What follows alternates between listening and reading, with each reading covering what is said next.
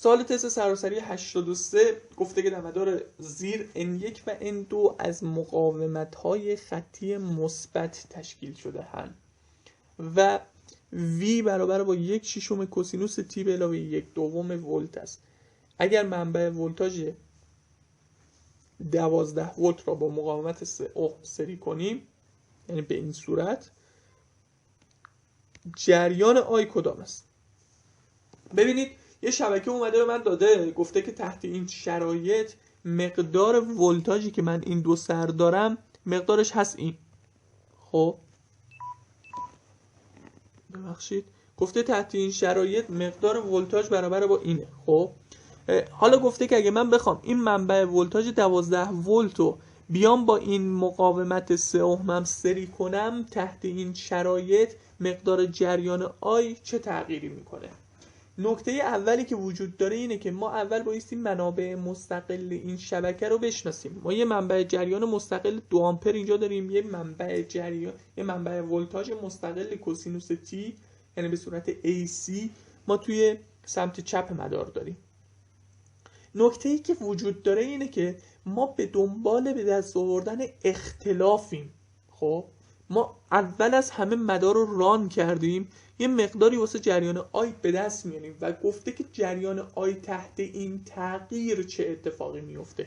ما هیچ وقت منبع ولتاژ کوسینوس تیمون رو هیچ وقت تغییر نمیدیم یا بهش یک منبع ولتاژ کوسینوسی دیگه اضافه نمی کنیم. چیزی که داریم ما اضافه می کنیم یه منبع ولتاژ ثابت هستش، پس لزومی نداره که ما اینجا بخوایم کوسینوس تی رو اصلا کلا مورد بررسی قرار بدیم.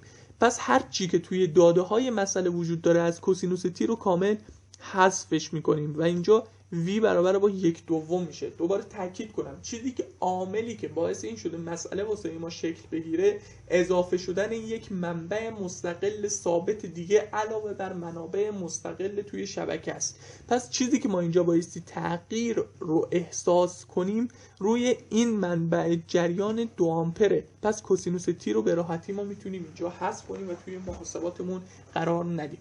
چیزی که توی این شبکه‌های N وجود داره یه مقاومته، یه معادله، ما میتونیم با آر ترمینال نشونش بدیم. من اینو اینجا بنویسمش. اول از همه باید ببینیم که توی این شبکه‌ها چی وجود داره. آر ترمینال 1 به جای معادل N1 میام قرار میدم. خدمت شما عرض کنم که این مقاومت 2 اوم نیز میاد حالا قاطی آر ترمینال 1 و آر ترمینال 2 میشه که میتونم اصلا تو مسئله در نظر نگیرمش. مثبت منفی V اینجا میشه 3، اینجا میشه I، میشه آر ترمینال 2. خب مقدار جریان اینجا گفته بود که مقدار ولتاژ الان به من داده که برابر با 1/2 تحت این شرایط برابر با 1/2 خواهد شد. مقدار جریان آی من تحت این شرایط برابر خواهد شد با 1/2 تقسیم بر 3 که میشه 1/6 آمپر. درسته؟ چیزی که الان توی این مدار کامل واسه من مجهوله آر ترمینال 1 و آر ترمینال 2. من میام این دوتا رو با هم دیگه معادل میگیرم و برابر با یه آر ترمینالی میگیرم که این آر ترمینال من برابر هستش با آر ترمینال 1 موازی با آر ترمینال 2. میتونم به راحتی این کار رو انجامش بدم. این منبع جریان 2 آمپر دارم که ولتاژ دو سرش هستش V برابر با 1/2. اینجا یه مقاومت 3 اوم دارم، ببخشید، که اینجا مقدار جریانش هستش 1/6. یک تقسیم جریان که بخوام اینجا بزنم به راحتی میتونم آر ترمینال رو محاسبه کنم. چی جوری؟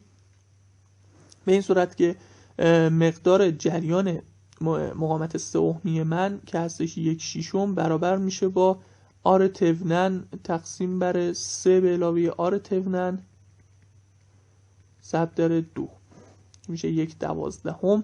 میشه 12 تا آر ترمینال برابر است با آر ترمینال به علاوه 3 که آر ترمینال من برابر میشه با 3/11 اوم.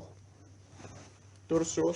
پس من کل این شبکه رو الان به راحتی تونستم معادلش رو به دست بیارم و ببینم که مقدار N1 و N2 که گفته از مقاومت‌های مثبت خطی تشکیل شده مقادیرشون چی هستش. حاصل موازی این دوتا به این صورت قابل محاسبه بود. پس شبکه‌ای که الان دوباره باز بهش تبدیل میشه اینجوریه که من اینجا یه آر تونن دارم که مقدارش بود 3/11، منبع جریان 2 آمپرمو دارم مثبت منفی وی. حالا گفته که مقدار یه منبع ولتاژ 12 ولت به شکل و شیوهی که خودش داده تو صورت سوال گفته بهش اضافه میشه. گفته حالا منبع جریان آی من تحت این شرایط برابر با چی خواهد شد. نه منبع مستقلی اینجا تغییر میکنه و نه چیزی، فقط یه منبع ولتاژ 12 اومده با مقدار مقاومت 3 اوم سری شده. اینو داشتم که هستش 3/11، بله 3/11 و اینجا مقدار جریانی که دارم من هستش 2 آمپر، اینجا هم هستش آی، میشه 2 منهای آی مقدار جریانی که توی این مقاومته دارم. حاصلش به این صورت میشه که 3 آی به علاوه 12 دارم توی این لوپ دارم KVL دارم میزنم به علاوه 3/11 آی منهای 6/11 برابر با 0 که تحت این شرایط مقدار آی من برابر میشه با منفی 126/36 که این مقدار جریانیه که من اینجا داشتم. حالا میایم دلتای آی رو محاسبه میکنیم. گفته که با مقاومت 3 اوم سری کنیم جریان آی به اندازه، حالا این کدام است و اینجا اشتباه نوشتم، جریان آی به اندازه اینقدر کم می شود زیاد می شود. پس بایستی ما یه حالت مقایسه‌ای انجام بدیم. به همین دلیل بود که ما منبع کوسینوسیمون رو حذف کردیم، چون که هیچ تغییری توی حالت AC توی مدار نداشتیم و این عاملی بود واسه این که ما به راحتی میتونستیم این منبع رو حذفش کنیم.